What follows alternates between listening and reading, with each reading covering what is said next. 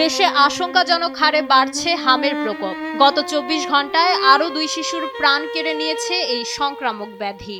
গত ১৫ মার্চ থেকে এখন পর্যন্ত নিশ্চিত সংক্রমণ ও উপসর্গ নিয়ে প্রাণ হারিয়েছে ১৬৯ শিশু।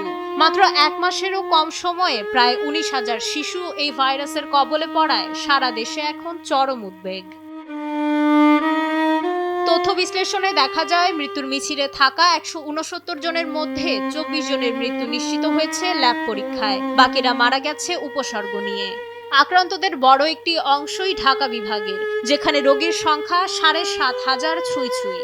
এরপরেই রয়েছে রাজশাহী বিভাগ, যেখানে আক্রান্ত ৩,৪৪৯ জন শিশু।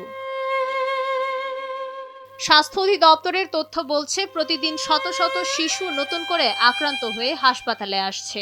চিকিৎসকদের মতে, সাধারণ সর্দি জ্বর ভেবে অবহেলা করায় বাড়ছে প্রাণহানির ঝুঁকি। এই ভয়াবহ সংক্রমণ ঠেকাতে দ্রুত টিকাদান নিশ্চিত করতে আহ্বান জানাচ্ছে স্বাস্থ্য মন্ত্রণালয়।